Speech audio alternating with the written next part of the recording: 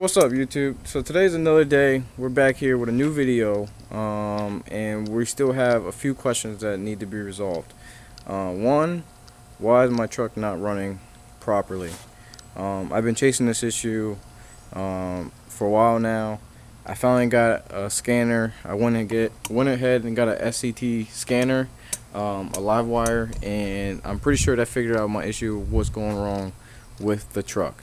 So watching all my gauges, I noticed that my IPR valve, the percentages were off. Now, of course, on the SCT, if you know, they don't go by IPR percentages. It's under ICP duty cycle, which is fine. I mean, all you gotta do is carry the decimal over, and you'll get your percentage. So where we're at idle, sometimes it works perfectly fine. I mean, you could be dead on at 22 to 24. But I noticed that full throttle, it only goes up to 84. Now, reading on the forums, you're supposed to be at 85. So I don't know if that's an issue with the tuner or is it a problem with the valve. But I also know that lately, driving around, now it has been getting better. The issues are getting better, but there's all the problems that are occurring that I can't tell which is which. So here we are, got the hood open. Now the IPR valve, you would not be able to see, it's lower, it's somewhere under the turbo itself, but we're not there yet. Where we're at now, again, so about the gauge itself, I noticed that everything looks perfect from the ICP. I replaced the sensor anyways because I didn't know how old it was, but I do have it as a spare. I went ahead before I bought the scanner and said I would get the $100 ICP valve, but it didn't work, which is fine. But at least I know now that it's a new one, brand new OEM from the factory sensor in there. So now I went ahead and bought a used IPR valve, just because I wanted to make sure before I spend $200 on a valve that this one was correct. $100 I could do, an extra $100 on top of that, and I'm not sure if it's definitely going to change. I can't spend it yet. I just don't have the funds at the moment. I'm trying to do this and that, but it's not a problem. I spoke to the person I got the valve from. They said that they tested it, they bench tested it. It worked properly. I should have no issues. It is out of a 03 and my truck is a 06, but they said that the part numbers are the same from 03 to 2010 with the 6.4s, if I'm not mistaken. I at least know it should fit the truck of the 06. I'm not too positive with the 6.4 fitting, but that's what it says. So take a look right here. So we have a few things that we need to open up.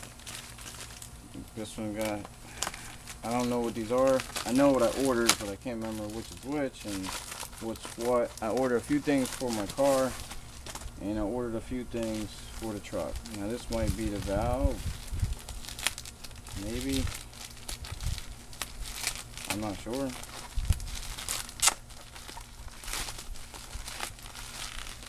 It's something. Yeah, thanks. Oh, all right. Don't do that. Yeah, so this is the valve.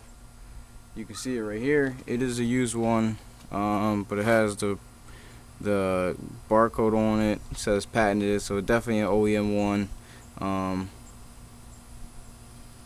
I have some things to replace the oil rings and stuff like that. Since this is used, I'll go ahead and swap those over before I install them.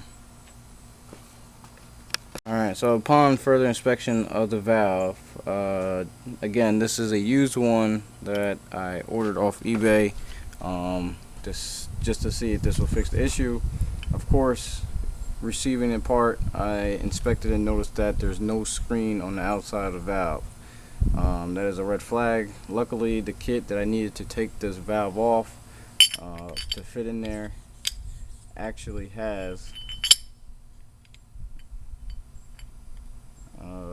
sorry, I'm like trying to figure out if this will fit or not.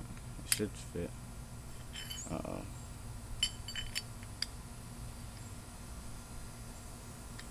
You're telling me this shit doesn't fit. You're having some technical difficulties. So I was able to actually fix the specialty tool from Ford. I would just had to take the grinder and actually grind out a little bit of the edge of the wall. I wasn't able to show it. I guess I forgot about that, but it was able to work properly once I grinded it down.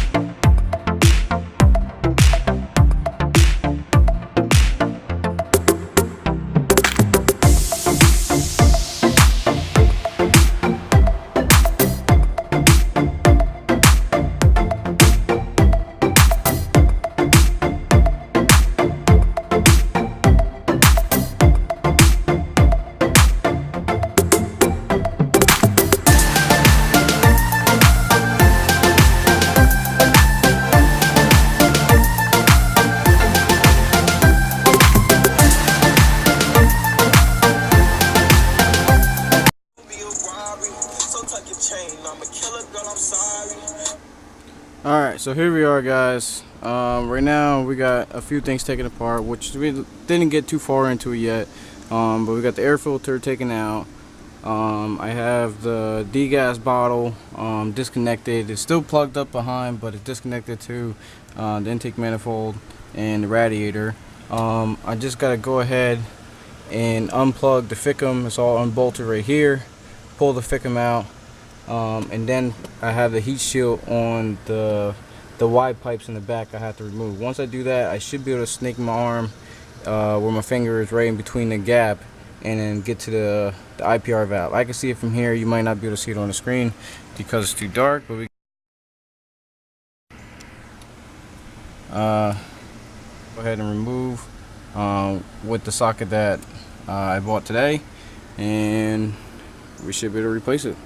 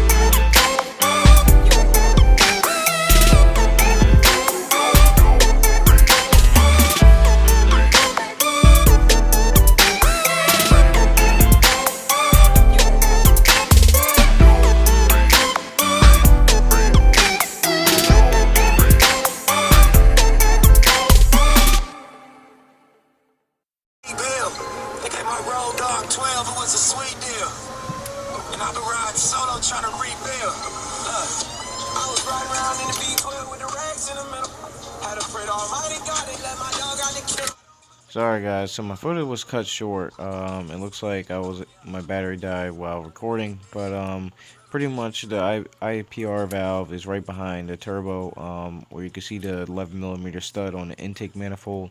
So if you're able to remove that and remove the wide piping shield, you're able to stick the IPR socket, IPR valve socket down there with a 12-inch extension and a swivel to get in there. Once you do that, you're able to just pull it out and go ahead and replace it. So it actually was my IPR valve was totally fine, but it looks like the actual screen itself is either was taken off, or when I removed the IPR valve, it was actually missing. So I just put the new one, new shield on there, and I put it back in, and they're all good to go.